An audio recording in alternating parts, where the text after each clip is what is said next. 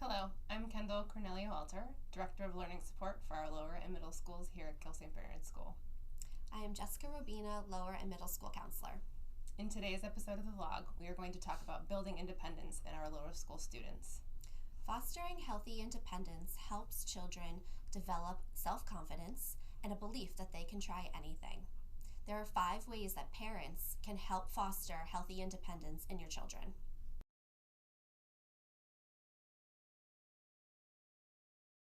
The first one is giving your child choices to help them make good decisions.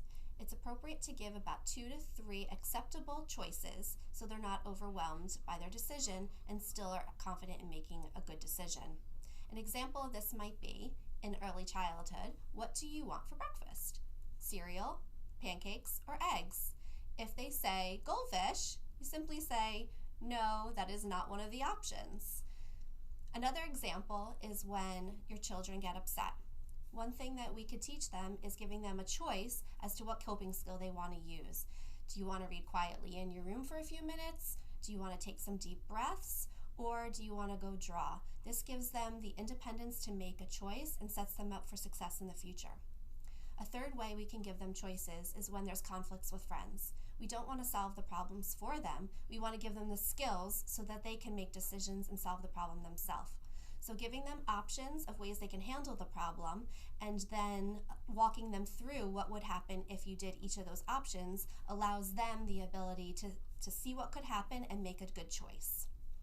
Academically, you can also give your children choices that for good decision making. In early childhood, this looks like taking your children to the library and letting them choose the books that they would like to check out, or having them draw a picture and label the picture with the sounds that they themselves can sound out. In the elementary grades, this looks like giving them choices for when to do homework, either before a snack or after a snack. Bedtime reading choices, having them choose the book, having them set the timer, and the choice that's involved in designing their own math fact flashcards.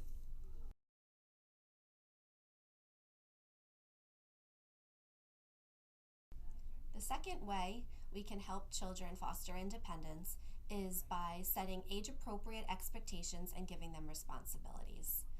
For little kids, this looks like allowing them to get dressed on their own if they feel confident in doing so. Or in the older children, when they have a uniform, what color leggings they want to wear or shirt do they want to wear. This allows them to express themselves and be independent. Another way that you can foster independence is at pickup and drop-off. By using the car line and allowing your child to walk in on their own develops confidence and independence. Older siblings can also have responsibilities such as walking their younger sibling to their classroom, and that makes them feel responsible for their younger sibling. Another way you can give responsibility is at home through chores, age appropriately, by saying that they can clean up their toys or help put away the dishes, fold their laundry, things like that. That gives them some responsibility and independence within the home setting. When you're out to eat, you could also allow your older child to order on their own, giving them practice speaking to adults and being their own advocate. Basically, if they can do it themselves, allow them to give it a try. Trying their best is the expectation and our students' responsibility. So we as parents and adults can praise them for trying no matter the outcome, no matter the grade, no matter the number at the top or the smiley at the top. Setting age-appropriate expectations and responsibilities academically looks like setting a homework routine, letting them try before we help them. Their responsibility is that they can do their homework on their own before they ask for help, before we step in and try to help. They can also have ownership over their homework routine and their materials and their organization by having their homework back in the folder, putting their folder back in the backpack before they pack up for the night or in the morning.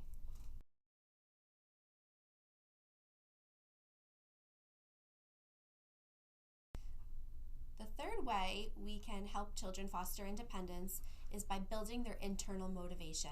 This increases their internal desire to do well and feel good about themselves. One way we can do this is by focusing on progress rather than perfection. As adults, we can do this by showing them when we make mistakes, how we handle it, and how we move forward and grow through the process. Also, acknowledging children's accomplishments and strengths by giving them positive words, high fives, hugs and kisses. This gives them a positive sense of well-being and confidence. Things like candy, money, or food are external motivators, so we want to use those less often.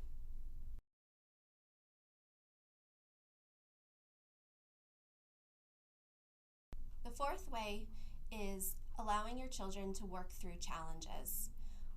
When they make a mistake, it's important for them to feel the consequences of their actions. An example of this might be if they forget something at home. Set a rule that says, I will only drop it off at school one time. If you forget again, you have the consequence to that mistake.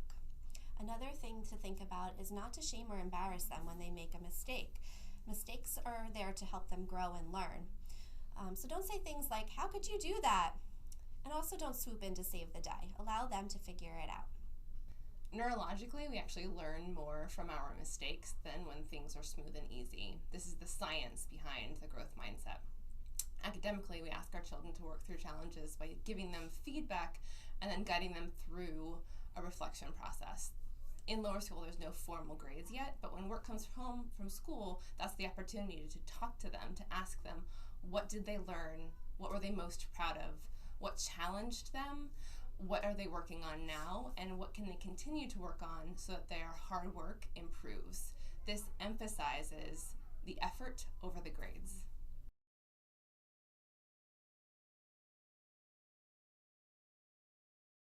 The fifth way is by encouraging our students to ask for help. Have them identify 3 trusted adults that are not their parents or their guardians or family that they could go to for help. In school, we know that asking is always okay, asking for help, but make sure that they have tried first. You can apply the same principle at home. They may seem little, but they can do so much, and together we can foster healthy independence in our lower school students. Thank you for joining us for this episode of the vlog.